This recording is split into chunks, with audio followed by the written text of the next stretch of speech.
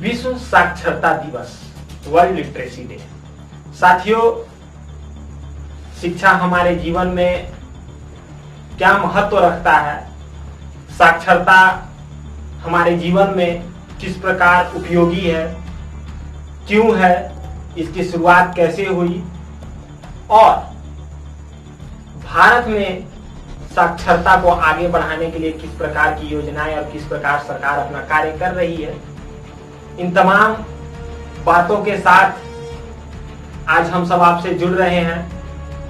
साथियों, सभी को नमस्कार। आज हम बात करेंगे विश्व साक्षरता दिवस की, इंटरनेशनल लिटरेसी डे।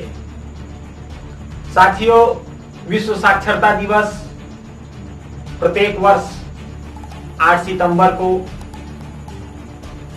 अंतर्राष्ट्रीय स्तर पर मनाया जाता है, जिसमें हम सब देख सकते कि साक्षरता हमारे जीवन में क्यों उपयोगी है। अगर साक्षरता की बात करें तो यदि मनुष्य साक्षर होगा, मनुष्य शिक्षित होगा, अगर शिक्षा ग्रहण करने से, शिक्षा के ऊपर जोर देने से हमारे जो भविष्य है वो बनते हैं। साथ ही शिक्षा ग्रहण करने से शिक्षा की जरूरतों को हम समझ पाते हैं, गरिमा पूर्वक जीवन जीने में हम शिक्षा का या कहें साक्षर होके इसका सदुपयोग कर सकते हैं। वहीं कई चीजों में हम शिक्षा का ग्रहण करके अपने समाज में, अपने राष्ट्र में, अपने राज्य में योगदान देकर उसे आगे बढ़ा सकते हैं। कई आंकड़े भी हैं जिनको हम सबों ने खंगाला एकत्र किया है, वो आंकड़े भी हम सब आपको बताएंगे। लेकिन उससे पहले आपको बता दें कि साक्षरता को लेकर हिंदू धर्म के ग्रंथों में भी कहा गया है, जिस मनुष्य के पास ना तो विद्या है, ना तप है और ना जो दान करता है या करना जानता है, ना ज्ञान है, ना शील है, ना कोई गुण है, ना धर्म है, वह व्यक्ति धरती पर बोझ के समान है और मृग की भांति विचरण करता है।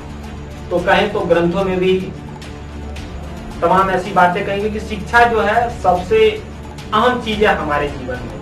वहीं देखिए कि 1965 के ईरान की राजधानी तेहरान में विश्व स्तर पर जितने भी शिक्षा मंत्री थे उनकी एक सभा हुई थी, एक बैठक हुई थी। इसमें शिक्षा को लेकर, साक्षरता को और आगे बढ़ाने हेतु सभी लोगों ने अपने विचारों को रखा था और इस बात का जिक्र हुआ था कि विश्व स्तर पर साक्षरता दिवस मनाया जाना चाहिए। लोगों को साक्षर करने के लिए एक पहल की जानी चाहिए, जिसको लेकर 26 अक्टूबर 1966 को संयुक्त राष्ट्र संघ के 14वें अधिवेशन में इस बात की,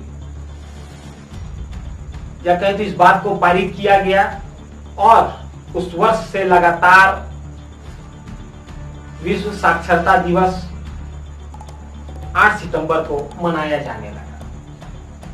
विश्व साक्षरता दिवस के बारे में हमने आपको तमाम बातें बताई, लेकिन वहीं संयुक्त राष्ट्र संघ के एक रिपोर्ट के मुताबिक, आपको कई रिपोर्टों का जो हमने जिक्र किया था, रिपोर्ट भी बताएंगे, उसमें हम सब बात करें तो संयुक्त राष्ट्र संघ की एक रिपोर्ट के मुताबिक लगभग पूरे विश्व स्तर पर 4 अरब लोग ही साक्षर हैं और वहीं 1 अरब लोग ऐसे हैं जिन्हें पढ़ना लिखना आता ही नहीं। तो एक बड़ी विडंबना है कि सरकार के द्वारा, या कहें तो शिक्षा को लेकर इतना जोर देने के बाद भी इतनी बड़ी संख्या में लोग साक्षर नहीं है, या कहें तो पढ़ना लिखना तक नहीं जानते। साथ ही भारत के कई ऐसे सर्वे हैं, हम देख सकते हैं कि भारत में 2018 में केंद्रीय मानव संसाधन विकास मंत्रालय के द्वारा एक रिपोर्ट जारी की गई थी और इस रिपोर्ट में मुताबिक भारत की साक्षरता दर जो है 69.1 जो कहें तो 59.1% साक्षरता दर जो है मापी गई, या कहें तो इतना अनुमान लगाया गया था कि भारत में साक्षरता दर जो है इतनी है। लेकिन इसके पीछे भी ग्रामीण और शहरों की बात करें तो ग्रामीण और शहरी क्षेत्रों में भी साक्षरता दर जो है वो अलग अलग है। कारण कि शहरों में लोग शिक्षा के ऊपर ज्यादा जोर देते हैं। अगर ग्रामीण क्षेत्रों में बात करें तो ग्रामीण क्षेत्रों में साक्षरता दर जो है 64.7% मापी गई है। वहीं पुरुषों के ग्रामीण क्षेत्रों में पुरुषों के भीतर जो साक्षरता दर देखा जाए, पुरुषों के बीच में देखा जाए तो 74.30% साक्षरता दर है। वहीं महिलाओं में 56.8% शिक्षा दर मापी गई। वहीं शहरी क्षेत्रों में देखें तो शहरी क्षेत्रों में इसका आंकड़ा ग्रामीण क्षेत्रों से बढ़कर 80% के आसपास है। तो जिसमें कि पुरुषों की बात करें तो 83.7% पुरुषों के साक्षरता दर और वहीं महिलाओं में 74.8% शिक्षा दर महिलाओं के बीच मापी गई है। इन तमाम चीजों के बीच हम बात करें तो लिंग के आधार पर शिक्षा के बीच इतनी दूरियां या कहें तो इतनी असमानताएं होने का कारण क्या है? इसमें हम सब देख सकते हैं कि महिलाओं के ऊपर एक अलग ही बोझ होता है।